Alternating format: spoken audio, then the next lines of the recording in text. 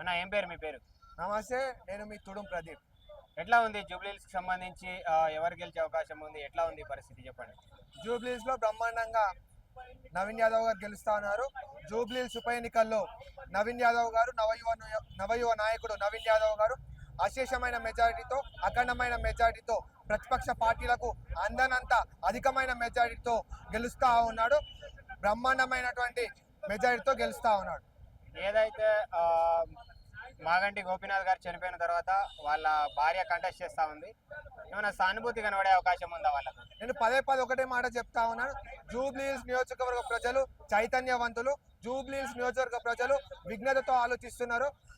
కేటీఆర్ గారు లాగా అవివేకంతో ఆలోచన చేయట్లేదు. ఈరోజు జూబ్లీహిల్స్ ప్రజలకు అభివృద్ధి కావాలని అనుకుంటా ఉన్నారు. ఈరోజు జూబ్లీహిల్స్ ప్రజలకు డెవలప్మెంట్ కావాలి అని అనుకుంటా ఉన్నారు.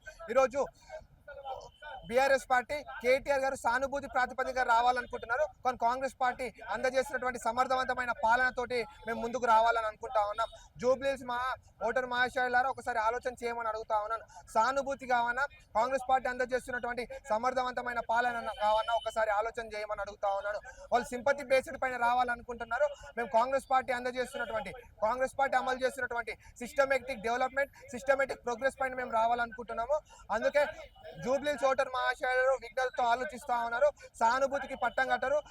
సమర్థవంతమైన పాలన అందిస్తున్న సమర్థవంతమైన నాయకత్వానికి పట్టం కడతారు. నవీన్ యాదవ్ గారిని అఖండమైన మెజారిటీతో గెలిపిస్తారని సందర్భంగా తెలియజేస్తా ఉన్నారు.